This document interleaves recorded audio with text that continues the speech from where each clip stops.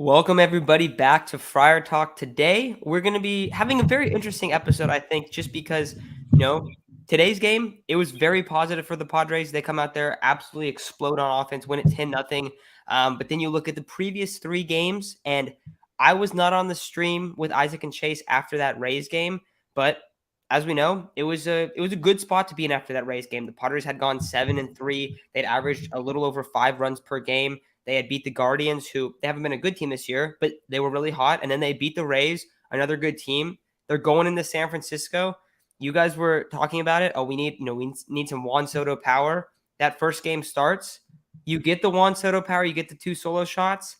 And those first 2 games, and I would even throw in the third one as well, were absolute disaster choke jobs. Really, really rough from, I wouldn't even say like an offensive standpoint or a pitching standpoint or anything, really just from a team standpoint, because it was tough to watch. I was actually at that first game. They're up, 4-0, 5-0? I forget exactly what it was. And it just kind of starts unraveling slowly. And that first game, we'll go through each game here. First game, I think you can blame that one on Bob Melvin. You put Garcia in the 9th. Have we learned nothing? Have we learned nothing that he could pitch? I looked over. I was with some friends there, and I was like, "All right, yeah, we're probably gonna blow this lead right now." Like, I would be surprised if this does not go to extras or we lose this game in the 9th. Garcia comes in, he can't find the strike zone at all. And the thing is, I think I said that like 3 pitches in, because the thing with Garcia is, if he comes in and he cannot locate, he's not gonna figure it out. Like we have seen that over the past year plus with Garcia. So he comes in, absolute disaster there. And then, every one of those first 3 games, there's also another underlying issue that's been the issue all season long, is runners in scoring position. The Padres were atrocious, so they never really able to expand these leads, even though they're up early in the game. They're putting up runs. They have a decent cushion. You get really good outings by Waka, Lugo, and then in this last game, Snell. But those first 2 games, you get good outings by Waka and Lugo. You're 4 and 5 starter, right? Fantastic stuff by them. And it just was so frustrating to watch because the offense can never get it going. In the first game, the 10th starts, and you have the trio up there. You have Fernando on second. You have, your next 3 guys. You got Soto, Machado, Bogarts due up. They can't bring them in. I mean, they walk Soto, but they can't bring them in, and everything just kind of unraveled, and it was rough. So it was really interesting because those first few games, like we're talking about it, and it was just like, dude, this team looks terrible. It looks atrocious. And then today they explode. And you really, really hope that it's a turning point, that it's something. But I mean, you guys listen to this show pretty regularly. We've said that before. We said, we hope this is a turning point. Yeah. And we've said that so many times where it's like, how confident are we that it's really a turning point? So once again, fingers crossed. But I don't know. I don't know. That was a abysmal series. The offense, it's not even like all of the offense. I feel like Soto, Tatis, Machado's been heating up, and you look at it numbers-wise, Kim has been great, but it's the execution. And it's the execution from any aspect of the game, the clutchness, the level of clutchness that this team has. I feel like they're the least clutch team I've ever seen in not even baseball, dude, in like pro sports up to this point, because it seems like every single moment they have that they can kind of like win the game, it slips through their hands. Yeah.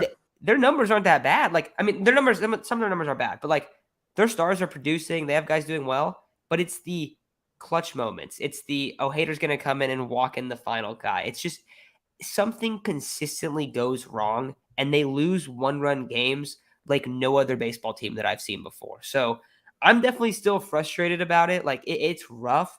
But Isaac, how you feeling? Do you feel at least a little bit better after today? I feel a little bit better after today. I will say that, but it's also like, I got to see a lot more. Exactly. It's just recency bias that's making me not absolutely furious today. That first game, it was a disaster, man. The Padres go up 4-0. Soto hits 2 shots. I think Fernando hit a shot. It was 4-0. And Michael Wacha, sure, he allowed 2, but he had a really good start. 6 innings, 2 runs. Timmy had a good inning. I forgot who pitched the next inning, but I something has had to something had to be done to where you got to a point you didn't have to throw Garcia in the ninth. It didn't make any sense. And yeah, Suarez is down, and but I really don't understand why Hader can't go 3 days in a row. Why Martinez couldn't go another day? It none of it makes sense to me. I feel like Hader gets paid a lot of money and we gave up a decent amount. I don't think we gave up too much to get him, but especially in a situation like that, all your guys are down. At least all your high leverage guys are down to where you could have used Martinez for 2 or 3 innings the next day, which they did. But that first game kind of set the tone for the rest of the series, and the Padres looked pretty atrocious again throughout the series. Yeah, they put up 4 the first day, 4 the next day, I believe, 10 today. But overall, in yesterday's game, which it had a really controversial call, but realistically, that call shouldn't have been the tell all, the end all be all, because they hit into 5 double plays. They left an insane amount of guys on. Realistically, every single game was a winnable game. The only one taken out of their hands was the third one. The first 2 were winnable games. They should have won that second one. The high leverage guys were available. Lugo had a good start. The high leverage guys were available, man. So Martinez was available. Hill pitched. Wilson pitched. Hader pitched. It felt like there was no excuse that they should have lost that second game. And nonetheless, they blew the second game. Martinez had a rough start to the ninth.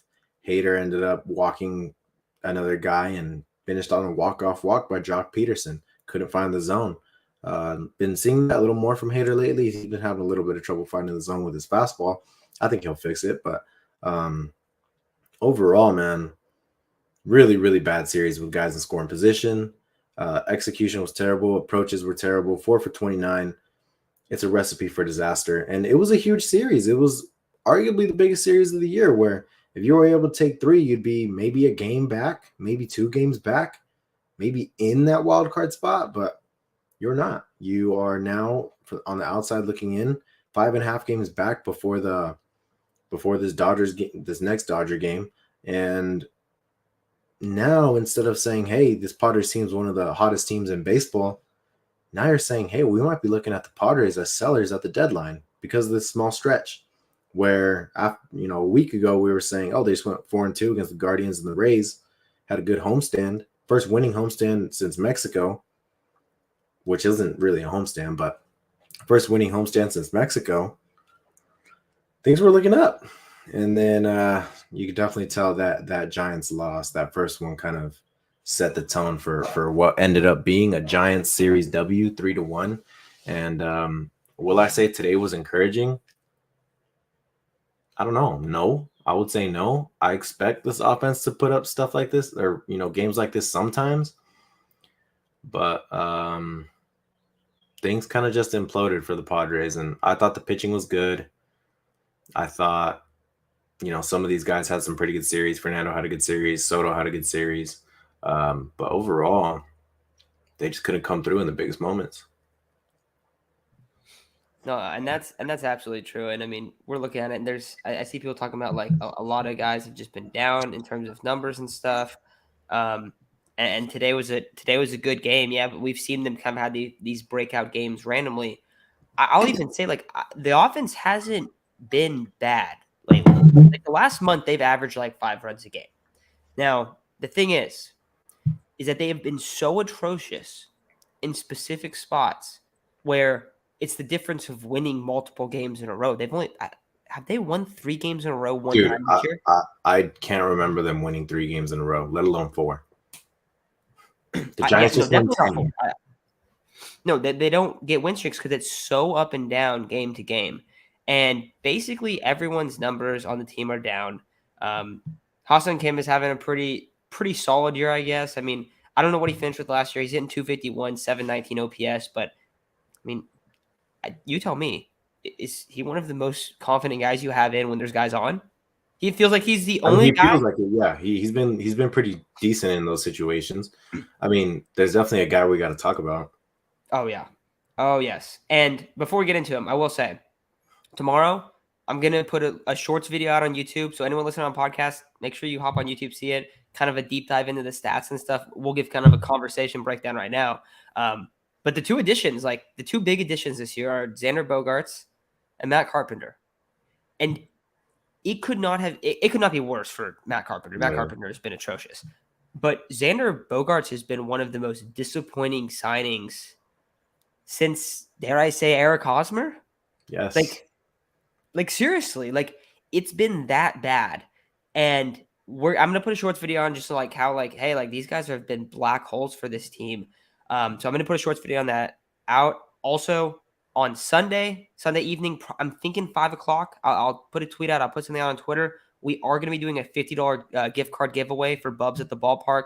It's the bar right next to the stadium. We're kind of partnering up with them.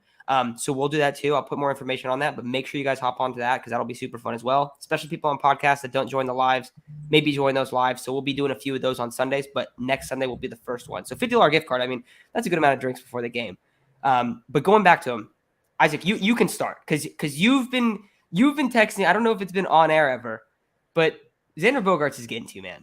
Xander Bogaerts is definitely getting to you. No, So, I mean, getting to me is an understatement. The dude's living rent free in my head, bro. I genuinely do not like him. And he had a really good start to the season. You know, I understand he got hit by Spencer Strider in the wrist that's been giving him issues, but dude, if you're that hurt, if you are this bad while hurt, just take an IL stint. The lineup, I mean, it was only a really small sample size, like insanely small, but the lineup looked great today without him. Machado hit fourth.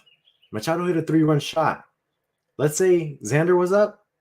I would put money on it. He would have hit into a double play and killed the whole momentum. So, and that's been the thing with Xander Bogaerts lately is guys get on. I mean, Soto's been getting on. Fernando's been getting on a lot. At times, they're both on, and he hits into a double play, or he hits a weak ground ball, or he strikes out, or he hits an infield fly. Guys, Xander Bogaerts has 1 home run since the beginning of May. Since May 1st to now, 1 home run. In the past 2 months, he has 1 home run. And I believe his OPS is probably low 700s or high 600s in the past 2 months. He's been one of the worst players in baseball. I don't really know how else to say it. He has a 2 WAR right now, but I believe at least 1.5 of that WAR was acquired during the first 40 days of the season, 30, 40 games of the season. And he's been good defensively, man. Don't get me wrong. He's been pretty good defensively, but it's come to a point where this cleanup hitter of yours, the cleanup hitter who put up a 6 WAR in Boston, was one of the best players in all of baseball last year, signs for $25 million for 11 years. We figure out that he has a chronic wrist condition. We find out that he needs cortisone shots, that he's using this grip to try and take away pain from his wrist. We give that guy 11 years, $25 million AAV. And that's really disappointing when he's coming up to the plate and you have zero confidence in him to be able to bring in a run, even on a single. You have none. I have no confidence in him to be able to do it right now. Most of his value was supposed to be at the plate, where he is around like a 290, 300 career average. What is he hitting right now? Probably like I think he was hitting 260. But even then, 260 is not that bad. But then you hear what his OPS is, and it's like 740. Fernando could hit 260, and he could be high 800s. But Xander Bogaerts isn't that. He maxes out like a 20 home run. So most of his value was supposed to come from hitting for average, hitting 290, 300, clearing the bases on some doubles, not grounding out into double plays like Eric Hosmer. So it's not exactly like Eric Hosmer in the sense that, hey, at least this guy's doing good defensively. Defensively, he's a great player. He fixed his defensive woes that came from Boston. But when you take into account that, what is it? He's 0 for 17 with runners on first and second. 1 for something. He has 1 hit with runners on second and third. And you look at it from a team standpoint, he is arguably the worst guy with runners in scoring position. In order, I would say him, Jake Cronenworth, Manny Machado. The 3, 4, 5 are the guys that are losing you the most games, which sucks. I hate saying that, but those three, and of course you got to include DH, whoever the hell it is, either Carper Cruz or maybe even Odor. But I would argue that those three are the ones losing you all those games. Those are the ones that are really hurting you when it comes to bringing guys in with guys in scoring position. But the number one culprit has been Xander Bogaerts. Yeah, and just going over his numbers real quick here. So he's hitting right now, he's hitting 256, and he has an OPS plus of 105. So his OPS is 726. He's at a 384 slugging. Like, dude, that is not a $25 million player having a under 400 slugging. That's really, really bad. And you brought up the runners in scoring position issue. He's hitting a $194 with a 693 OPS. And then when men are on in general, he's hitting 203 with a 713 OPS. So him hitting as your 4 or 5 hitter, does it have to stop right now? Like, the answer has to be a yes for at least the immediate future. I like what they did with the lineup today. I don't know how they're going to change it up. I think Kim should lead off. I think we were talking about this earlier. Grish should be 9. Kim should be first. But what do you do after the after cleanup spot? Do you have Gary there and then you put Bogaerts at 6? Because that feels like, dude, you just signed this guy for this much money with the idea that he's going to probably slow down later on in the contract a lot, like really fall off, just how shortstop contracts typically work. And first year, you're already moving him down to 6 in the order, and Gary Sanchez and Ha-Seong Kim are going to have more impactful spots in the lineup. That's crazy. That is crazy to look at it from right now and be like, oh yeah, this is where it's at. But like, you got to win now. That's the thing. Like, you got to win now. You know, we're talking about all this stuff. Padres are sitting 6.5 games out of a wild card spot, and there's many teams in between them. They have the 100% have the capability to come back and do it and make the playoffs. 100%. But how they're playing, how things are shaping out doesn't give you confidence that's going to happen. And a lot of it is what you said. 3 guys in the middle of the order: Bogaerts, Manny, and Jake Cronenworth. I will say, not too concerned about Manny. I feel like Manny's been heating up a little bit lately. I'm not too concerned about him. But Bogaerts, Cronenworth, another guy that got a contract, dude, Cronenworth looks terrible. How often do we see him just flare a little like weak fly ball out to left field? It feels like that's half of his at bats, and he's striking out way higher percentage than he typically does. So you have these guys that you just paid, and we were texting about this earlier. Dude, it looks like the Padres paid the wrong guys. Go look at like who got paid. Jake Cronenworth got paid, and obviously Ha-Seong Kim didn't get paid just because he has another year on his contract, right? I mean, so did Jake. Jake, I think, had multiple years of control, but Ha-Seong Kim looks like a much better second baseman. And now you have Jake playing first, and it's like he's out of position in this weird spot, and now he's probably not very coveted from other teams from like trade wise, and now you kind of picked him over Kim in a sense. Maybe they're still able to keep Kim, but that might burn them. And we haven't got to the starting rotation, but Darvish isn't having a very good year. Who's been the best pitcher? Because we got to bring up him. Blake Snell, dude. Blake Snell has been an absolute animal. Blake Snell has been the best pitcher over his last, 6, 7 starts. So you picked to sign Darvish, who's like 36, instead of signing Snell. If Snell walks, I mean, their pitching has been so good over the last few years. I'm not like, I mean, outside of 2021, we need to have arms, but like, that's looking bad. It's looking like the offseason was a massive disaster. It looks like it was such a disaster. Now, 2 months later from now, maybe we're saying different things, right? Like maybe Darvish looks better, maybe Bogaerts gets it going and stuff. But right now, that is what it looks like. And right now, that is translating to losses. So it's been really tough. I know we're being super negative right now. I will say the starters are looking really good. I feel really confident about the 5. I mentioned that Darvish hasn't been that good.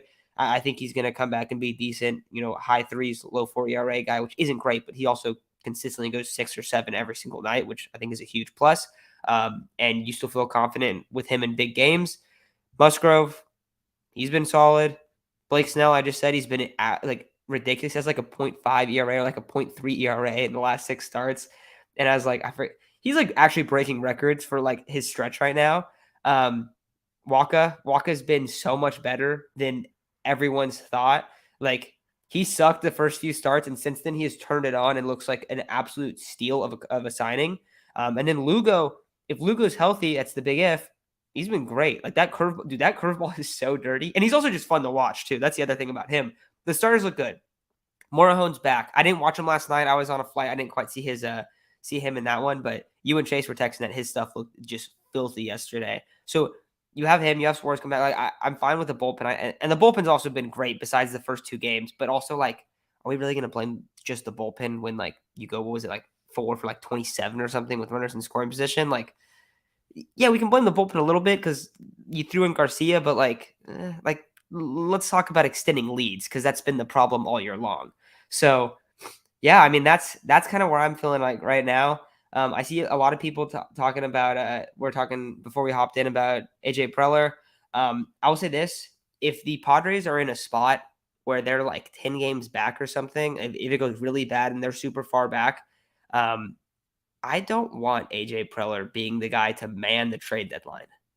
Like, I think I think that's a horrible idea. Like, because we've seen like some of the desperation trades that he's made are really, really bad. Now, he's had a couple good ones. We talk about that he's a great scout and stuff, but we're not going to get too into it today just because I do want to have Chase on when we talk about kind of AJ Preller. Like, should he stay or should he go? Sneak peek, I don't like AJ Preller. I'll tell you that right now. I feel like I've said that a lot, but like, we have to have Chase on for that because Chase also has a very strong opinion on that one. But there's a lot of dysfunction in this organization when it comes to coaching, and you look at all the guys' offensive numbers, like, oh, that's a sign there. And AJ Preller is at the helm, so I don't think that would be a good idea. I just kind of unloaded a lot of stuff on you right there, Isaac. But pitching, you feeling good about that at least? I'm confident in pretty much anyone when they start. Lugo's stuff looked good. Walker's been one of the best pitchers in baseball lately. Snell, same thing. Musgrove's giving you 6 innings at only like 2-3 earned each time. Darvish, I think he's going to turn it around. The thing with Darvish is that consistently his first 4 innings look good, and then the 5th inning he implodes. Just from the eye test, that's what I think. For whatever reason, but I mean, overall, I think the pitching looks great. I think they just had the wrong guy in at the wrong time in Luis Garcia.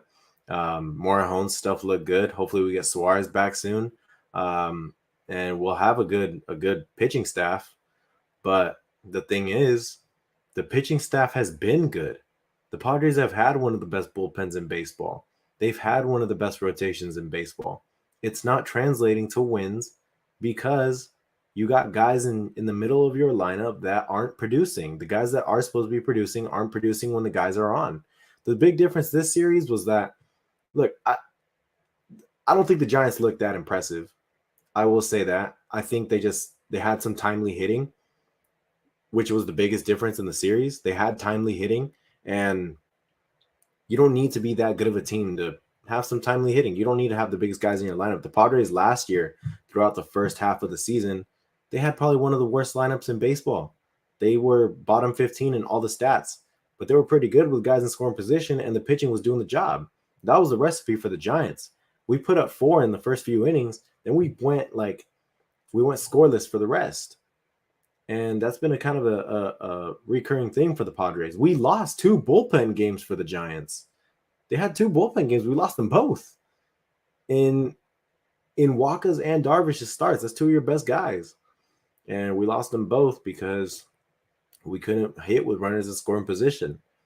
And the main guys that were doing that, I keep repeating it, but it was Manny, Xander, and Jake. It's been the same thing over and over and over. It's those 3.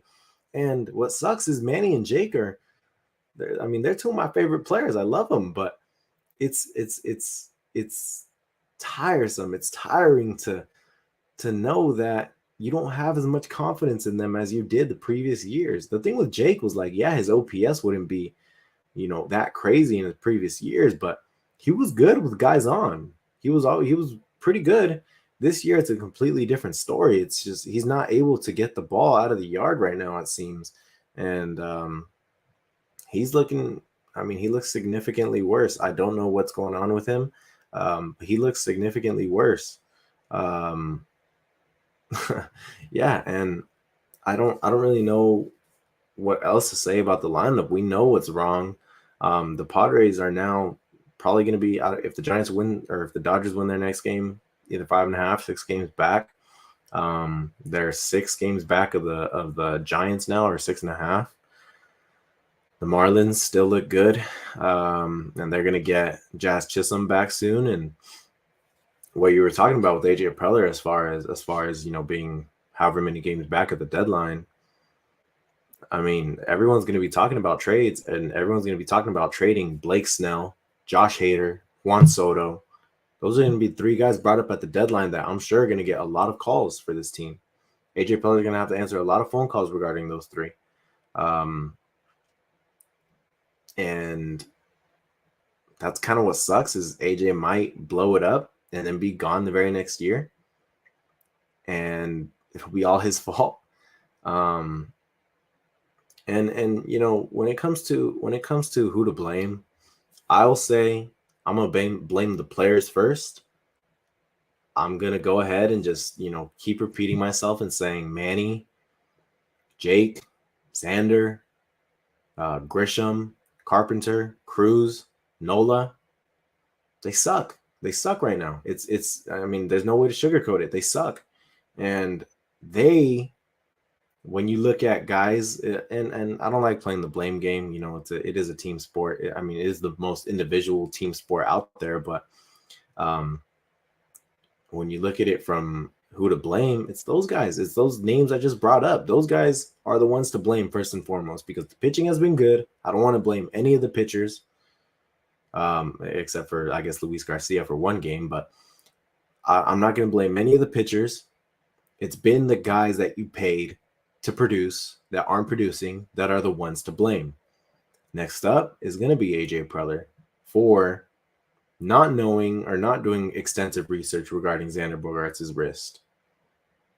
Giving Carpenter a 2-year deal when, outside of a 30-game sample size, maybe, he's been horrendous. He looked old. He looked washed.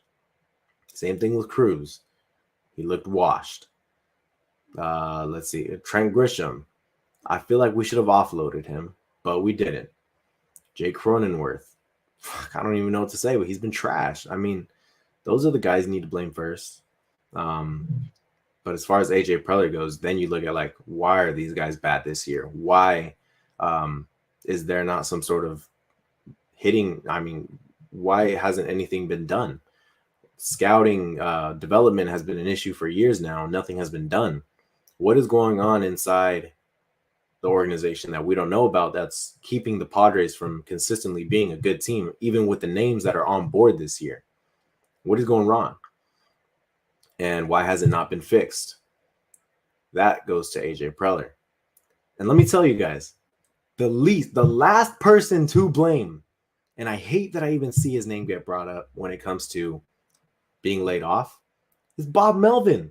Dude, I just don't get it. I don't get wanting to fire Bob Melvin. He makes bad decisions sometimes because he puts too much trust in his players.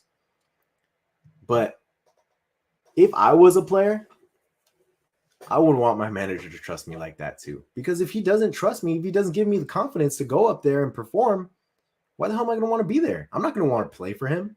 I'm not going to want to go out and perform for him. And as far as the Luis Garcia thing, yeah, I didn't want him in there either. And I definitely think that was good. That one's going to live with me when it comes to any Bob Melvin decision. That will be number one. For number one for most people will probably be the Josh Hader, Robert Suarez, and the NLCS thing. That will not be number one for me because I agreed with what he did in that situation. But Bob Melvin deserves none of the blame. He's not. Look, you can blame him all you want. Manny's been one of the best players in baseball for years. It is not his fault that Manny's not performing. It is not his fault that Xander's not performing. It is not his fault Jake is not performing. Grisham, none of those guys, especially the first 3 I mentioned, because they've been productive players before. They were productive players under different managers. They were Jake and Manny were productive players under him last year. It's not his fault that they're not performing this year. He was good in Oakland. He worked well with what he had in Oakland. He's consistently brought up by multiple guys as one of the top 5 managers in baseball. He is not the problem whatsoever. I firmly believe he is not the problem at all. He is, if anything, he will be the solution to any Padres problems in the future if he stays. It would be a mistake to let Bo Mel go. I firmly believe that. I'll say I completely agree with you, Isaac. Like, I don't understand. Okay, and I've ripped Bob Melvin for like some of the decisions, like the Clev one, the Suarez one. Like, yeah, that was like that was bad. It wasn't the best, but I didn't think it was that crazy. The starting Clev, throwing Mania after Clev, after that whole thing, that was so bad. That was like absurdly bad, right? But this year, what are there 2 games that we can look at and be like, oh, Bob Melvin blew that game? Okay, that's not that crazy. The Garcia one is probably the worst thing he's done all year in terms of decision making.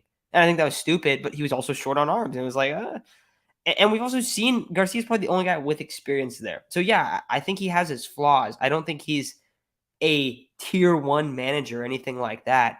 But to be like, oh, the solution is to fire Bob Melvin is a crazy take. Because if you're firing Bob Melvin, that means that you're letting AJ Preller hire his 4th manager. More managers than playoff appearances is not good for a tenure somewhere. And that would be his, I mean, that's where he's at right now. This is his 3rd manager. He has 2, more like 1 playoff appearance. But like, I don't get it. Like, I don't think that Bob Melvin is the issue. I think the issue is that the organization is extremely dysfunctional and Bob Melvin is the manager, but he's not the one that's putting everything around him. I think Bob Melvin is probably one of the more stable parts of the organization. Like if we look at all of the change in like the back end of the Padres organization, like all the scouts, all the guys that have left that are like big name people and big name exec. I mean, not necessarily execs, I guess, but like, big time scouts, big time strength and conditioning. Like if you look at like all the change that's happened under AJ Preller and you're going to be like, oh yeah, it's on Melvin. Like I just think that's crazy. Like, so I don't think he's the best. I don't think he's anyone crazy, but I don't think we're going to just get rid of Bob Melvin and then improve. I think we would take a serious step back in terms of how good our coaching would be and who our manager would be. So I'm fully with you, Isaac. I definitely think AJ is. I think the players and then AJ is fair. I think that's fair, but I also think like it's hard because it's also like the roster construction where it's like so much is on a handful of players, and then you don't have a complete lineup. You have a lot of cap now into multiple players that have chronic injuries. I saw this earlier today. I think I sent it to you guys. Drew Pomerantz. Okay, think about this. AJ Preller got suspended, right? Because Drew Pomerantz had chronic injury issues. But then AJ Preller signed Drew Pomerantz. And now Drew Pomerantz has missed 3 straight seasons, making $8 million a year. No one ever brings that part up about that. Like, that's on AJ Preller. He literally got suspended because he was injured, because he had chronic issues. And if this is going to be the case with Xander, that's another really bad move in terms of the injury standpoint. And you look at who's AJ's hired in terms of strength and conditioning, in terms of people like medical staff, stuff like that. Dude, there are some serious question marks. Like the guy's name is on Too Much Mortons. Too Much Mortons, I think is his name on Twitter. Like the Giannis dude. Yeah. He posted a big thread about basically all of this, like the dysfunctional parts of the Padres organization. You are going to see some crazy things if you go find that thread on Twitter. Like it is a wild thing to read about a $1 billion organization where like none of that stuff should be happening. It really should not be happening. So I think you're right in terms of the order because like look, the players are first, and we're looking at their numbers and it's really bad. But I mean, I would even say like it's kind of half and half, just because like we know how bad the coaching and stuff has been outside of like Ruben Niebla. Because like, bro, it wasn't that long ago when we had Larry Rothschild. Yeah, Rothschild, dude. That guy was a joke. That guy was a legitimate joke of a coach, and every player was like, "I hate this guy." Yeah. Besides CC Sabathia, so yeah, it's rough, dude. It's really rough. It's also crazy to think, like, for anyone who thinks it's just Bo Mel that has input on the team, I'm almost certain it's AJ Preller has some saying who's in the lineup, what the lineup is, who's gonna, or all the pitching decisions, whatever it is. It'd be crazy to think AJ Preller does not have input on that, even if he's not around. I mean, he's been around more lately, but I mean, everything that has been said about him leads me to believe he has the say in pretty major decisions. I just don't understand if people are saying people are blaming Bomel for the guys not performing. Dude, these are guys that have multiple all-stars under their belt, silver sluggers, MVP votes, 6 WAR seasons, 7 WAR seasons. What the hell do they need Bob Melvin to help them for? I mean, I don't get that. I just don't understand why do these guys need a babysitter all of a sudden? They don't need someone in their ear telling them how to do things, because they've been doing it all their lives. They've been doing it all their careers. They've been good throughout their careers. Why does it suddenly I don't know, man. I just don't understand blaming Bob Melvin for I do think it's fair, like where it's like if you're taking, because I feel like Lizzie's been saying that, like she's saying like it's kind of like everyone. I get that, but I don't get when Bob Melvin's the scapegoat. That's what it doesn't make sense. And that's the thing, everyone, when the team's not performing, everyone's looking like a scapegoat. Look, just because we made the NLCS last year doesn't mean that, there should it doesn't mean that AJ Preller is suddenly a good manager. It doesn't mean that suddenly the Padres are good at developing or anything like that. It's just that when you're winning, none of these problems are brought up. All is good when you're winning. But when you're losing, everyone is looking for someone. The first finger to be pointed is always at the manager, the dugout manager. It's always at the manager. I know, I saw that. It's always at the manager, but why? It's not always the manager. We've seen from the Padres, look, AJ Preller's tried building a super or a good team like this before. It didn't work.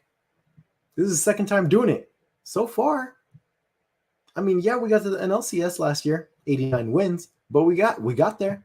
But other than that, it hasn't worked. His whole tenure, the Padres haven't been good. 2021, it didn't work. 2015, it didn't work. His whole tenure, the Padres have not been. It is exactly like Tom Telesco.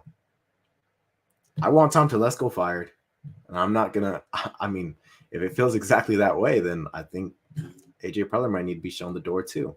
So, like I said, first is the players, man. First is the players, no doubt about that.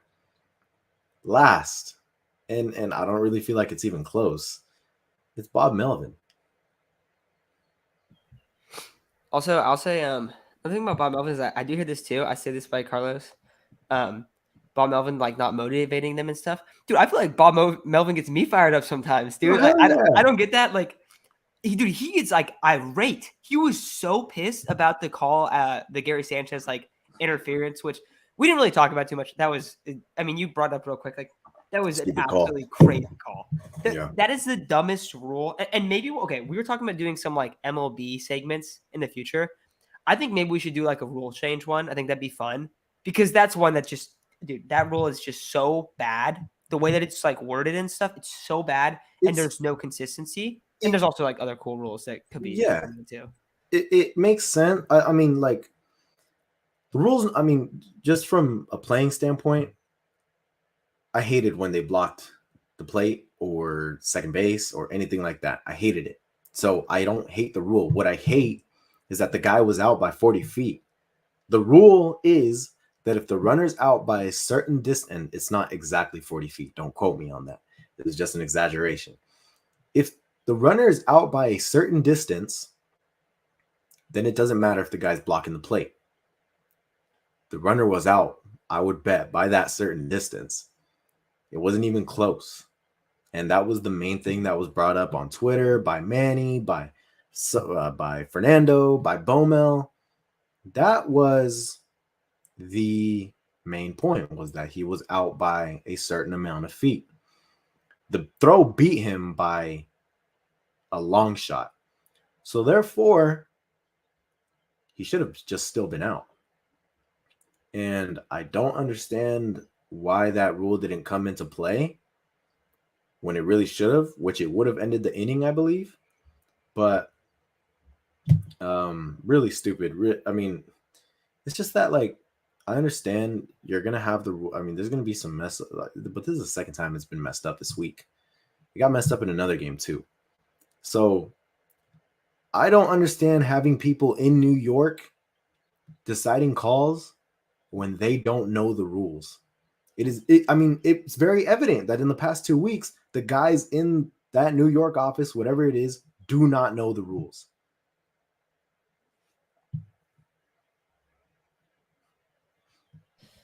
Yeah, that's definitely true. I do see a question here. Philly fired their World Series coach and went to the World Series. If they made a trip to the World Series this year, would you fire Bo Mid? I mean, yeah, of course. I just don't think it helps, though. That's the thing. Yeah, yeah, of course. Like, who wouldn't? I think that, dude, I will say I'm absolutely terrified for AJ Preller at the deadline. I'm nervous that, like, I want to say everything that not even he's built, but, like, because you even just said it, dude. Like, the Padres haven't been that good. I'm for how much hype the Padres have as, like, a team and, like, the names and everything like that, and, like, how much they've grown as a franchise, which is true, they haven't won nearly enough to actually get that hype and that credit. But it's like exactly like Tom Telesco. These two are guys that are supposed to be geniuses, that are supposed to be really good at evaluating talent. They were both former scouts, and they haven't put very good products on the field almost the whole time they've been in their positions. So, I mean, yeah, I mean, the thing I'm most afraid of is him blowing up something that's eventually not going to be his. I mean, I want to keep Soto no matter what. I want to keep everyone that's on board right now. I would understand getting rid of Snell. I would understand getting rid of Hader at that, but it has to reach a certain point. However, I don't know, man. It's hard to say. If we're however many games back, let's say 7, 10. If we're 10 games back, it's no choice. We're done. But if we're like 5 to 7, does he buy or does he sell? And a lot of this is going to be dictated on where they're at. Right now, they're sitting 6.5 behind the wild card spot. This next 6-game stretch, I want to say, because it's the Pirates are after the Nationals, right? I'm not wrong about that. Yeah. Pirates are, and then the Reds, and the Reds have won like 11 or 12 in a row. They've been insane. But this next 6-game stretch means a lot. Like, you have to go 5-1. 4-2 is not good enough. And it's also more important, too, because the Diamondbacks and the Giants are playing each other. So you can make up a little bit of ground. You probably have to sweep. Like, at least one of the series. And, I mean, ideally you want to win 6. Like, you want to finally have a win streak. You got to need have a to win streak, sweep man. at least one of these series, and you cannot afford to lose either one. That would be really bad. These are two terrible teams. The Pirates were pretty decent early on in the year. They've lost like 9 or 10 in a row. They've fallen apart as expected. The Nationals are awful. Pitching. So real quick, I'll go through the starters. Tomorrow, it's Patrick Corbin, Joe Musgrove. Corbin sucks. He's washed. He's been a little bit better this year than the last couple of years, but he still sucks. Definitely. Mm-hmm. Josiah Gray, actually pretty solid. He's going up against Waka, and then, of course, the familiar face in Mackenzie Gore is going up against Seth Lugo. So you got two lefties. Padres have, I feel like, fared a lot better against lefties than righties this year. I don't know if that's – I don't have numbers to back that up. That's just my gut feeling and from watching the games. But Josiah Gray's a decent starter, but you have the advantage in every single one of those games. You look at the Nationals lineup, they're not good. CJ Abrams has been really bad, which is crazy.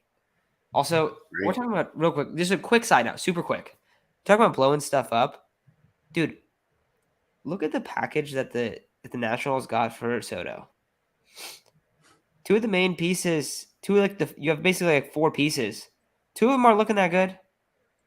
Like it hasn't really looked like that great for them in that deal. So that's another thing to say. Like you don't really want like to blow it up because most prospects don't pan out, They don't pan and most out. prospects don't become something super good. Um, so basically for the Nationals lineup, like Lane Thomas is like their only guy that's been pretty good offensively. It's not. There's nothing exciting about it. Like they're okay. They're decent, but they're not good. Like so you gotta win. You gotta sweep this one. If you don't sweep this one, then you better win two, and you better sweep the next series. That's kind of where I'm at right now. Because if you're Yeah. not doing that, like you have a pitching advantage against a bad lineup. Like your starter should be able to do good. Your bullpen should be all right. You just got to produce. If you put up 5-6 runs in consistent, if you put up 5 runs in every game of these next 6 games, you should win all of them. It would be weird if you lost any of those. I would say maybe one game you kind of something weird happens, but like if you put up 5 runs a game, you should win every one of those. So Yeah. it's getting to do or die time right now. No, I mean, I completely agree. I just saw a quote from Juan Soto. I mean, he knows. They all know they got to turn it up. They all know that. I mean, the Giants just won on a 10-game win streak. I forgot what other team it was. They just won 13 out of 15. The Padres can't even win 3 in a row.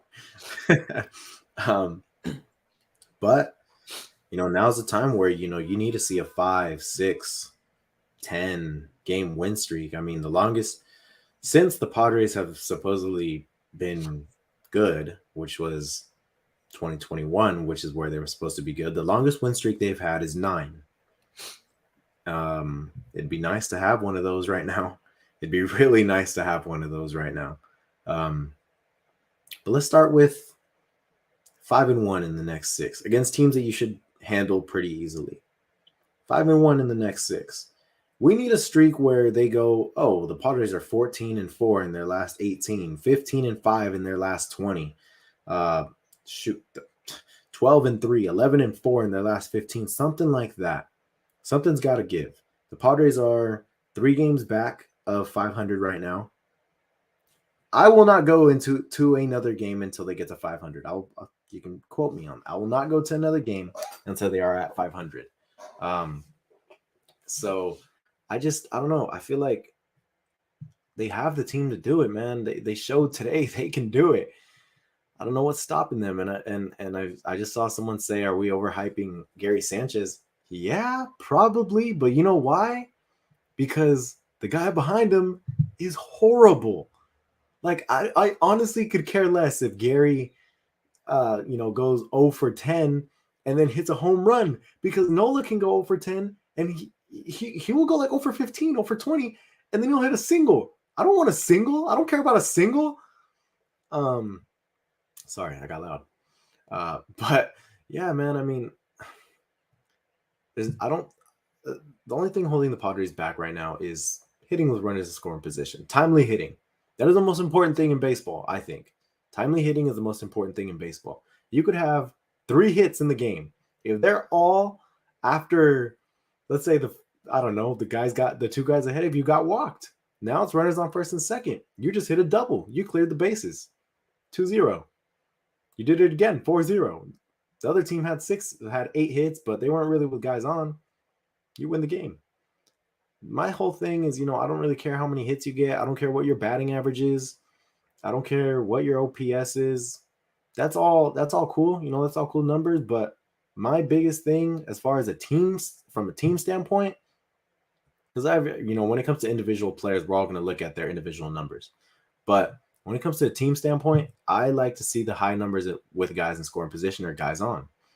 That was something Odor was really good at last year. Like, sure, individually he wasn't that good of a player, but with guys on, he had some really good numbers last year. And those are the guys that I like on my team. And I thought that this Padres team was supposed to be that way, but they're not that way so far. They're having the worst season when it comes to hitting with guys in scoring position.